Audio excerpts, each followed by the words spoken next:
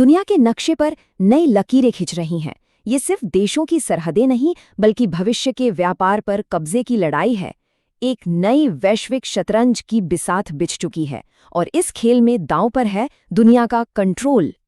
आज दुनिया की बड़ी बड़ी ताकतें अपने मोहरे आगे बढ़ा रही हैं और इस खेल का मैदान है वो रास्ते, वो गलियारे जो दुनिया को आपस में जोड़ते हैं। समझिए कि एक नया दौर शुरू हो रहा है जिसमें जबरदस्त टक्कर भी है और उतने ही बड़े अवसर भी। देखिए, सालों से एक ही खिलाड़ी ने इस मैदान पर राज किया है, चीन ने। अपने बेल्ट एंड रोड इनिशिएटिव यानी BRI से उसने दुनिया पर अपनी पकड़ बहुत मजबूत कर ली है। लेकिन अब इसी विशाल ड्रैगन को चुनौती देने एक नया खिलाड़ी मैदान में उतर चुका है। तो चलिए समझते हैं कि ये नया रास्ता क्यों और कैसे बन रहा है। चीन का बेल्ट एंड रोड इनिशिएटिव या BRI ये सिर्फ सड़कें या बंदरगाह नहीं है, ये दुनिया भर में चीन के बढ़ते दबदबे का एक बहुत बड़ा प्रतीक है। इसी के दम पर चीन ग्लोबल ट्रेड का कह सकते हैं बादशाह बन गया है। लेकिन अब इसी बादशाहत को सीधी चुनौती देने के लिए एक नई सोच ने जन्म लिया है। तो ये जो नया कॉरिडोर है, ये कोई रातों रात नहीं बन गया। इसकी नींव तो सालों पहले रखी गई थी। 2020 में हुए अब्राहम समझौते ने मिडिल ईस्ट की पूरी राजनीति ही बदल दी। फिर I2U2 ग्रुप ने भारत, इजराइल, अमेरिका और UAE को एक मेज पर ला खड़ा किया।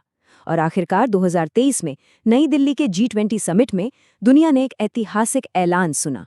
9 सितंबर 2023 ये तारीख इतिहास में दर्ज हो गई। Bharat, Saudi Arabia, UAE, European union और अमेरिका जैसी बड़ी ताकतें एक साथ आईं और भारत मध्य पूर्व यूरोप आर्थिक गलियारे यानी IMEC पर दस्तखत किए। ये सिर्फ एक समझौता नहीं था, ये एक नए युग की शुरुआत का बिगुल था। तो आखिर ये IMEC है क्या? क्या ये सिर्फ एक सड़क या रेलवे लाइन है? नहीं, ये उससे कहीं कहीं ज्यादा बड़ा है।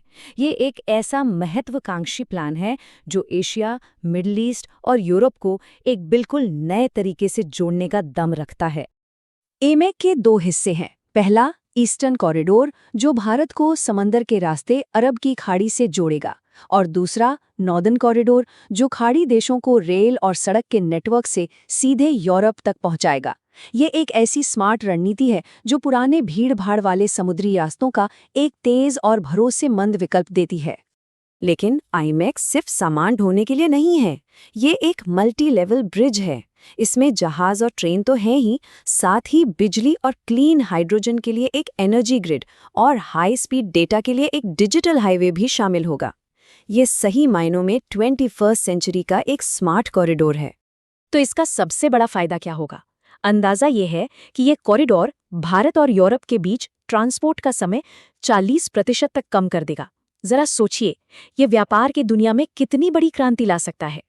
यूरोपियन कमीशन की president Ursula von der Leyen ने इसे महाद्वीपों और सभ्यताओं के बीच एक हरा और डिजिटल पुल कहा है। ये एक लाइन इस प्रोजेक्ट की विशाल सोच को खूबसूरती से बयां करती है। ये सिर्फ व्यापार नहीं है, बल्कि दुनिया को जोड़ने का एक मिशन है। देखिए, IMEC सिर्फ पैसों का खेल नहीं है, इसके पीछे गहरी जियोपॉलिटिकल चालें हैं। हर बड़े खिलाड़ी ने इस पर अपना दाव लगाया है। तो आइए जानते हैं किसके लिए क्या दाव पर लगा है। भारत के लिए ये हिंद महासागर में चीन के बढ़ते असर को रोकने का तरीका है। सऊदी अरब और UAE जैसे देश तेल पर अपनी निर्भरता कम करके ट्रेड के नए हब बनना चाहते हैं। यूरोप अपनी एनर्जी सप्लाई के लिए नए भरोसेमंद रास्ते खोज रहा है और अमेरिका, वो इस मौके का इस्तेमाल मिडिल ईस्ट में शांति लाने और चीन को रोकने दोनों के लिए करना चाहता है। जैसा कि उर्सुला वॉन डेर लेयन ने कहा, हमें अपनी सप्लाई चेन के खतरों को कम करना ही होगा। ये लाइन यूरोप की सबसे बड़ी चिंता को दिखाती है। एक ऐसी दुनिया में खुद को सुरक्षित रखना जहां व्यापार के रास्तों को भी हथियार बनाया जा सकता है। आखिरकार ये गलियारा सिर्फ एक रास्ता नहीं है, ये एक ऐसे इलाके में शांति और स्थिरता लाने की कोशिश है जहां हमेशा से तनाव रहा है। क्योंकि जब देश व्यापार के लिए एक दूसरे पर निर्भर होते हैं तो जंग के बजाय सहयोग की उम्मीद हमेशा बढ़ जाती है। लेकिन हर बड़े सपने की तरह IMEC की राह भी फूलों की सेज नहीं है। कागज पर तो ये शानदार लगता है, पर हकीकत की जमीन पर इसे उतारना बेहद मुश्किल है। कई बड़ी रुकावटें इस पूरे प्रोजेक्ट को खतरे में डाल सकती हैं। तो सबसे बड़ा सवाल यही है कि क्या ये बड़ा सपना हकीकत बन पाएगा या ये सिर्फ एक खूबसूरत ख्याल बन के रह जाएगा। इस प्रोजेक्ट के रास्ते में कई बहुत बड़ी चट्टानें खड़ी हैं। सबसे पहला खतरा है इलाके में फैला तनाव।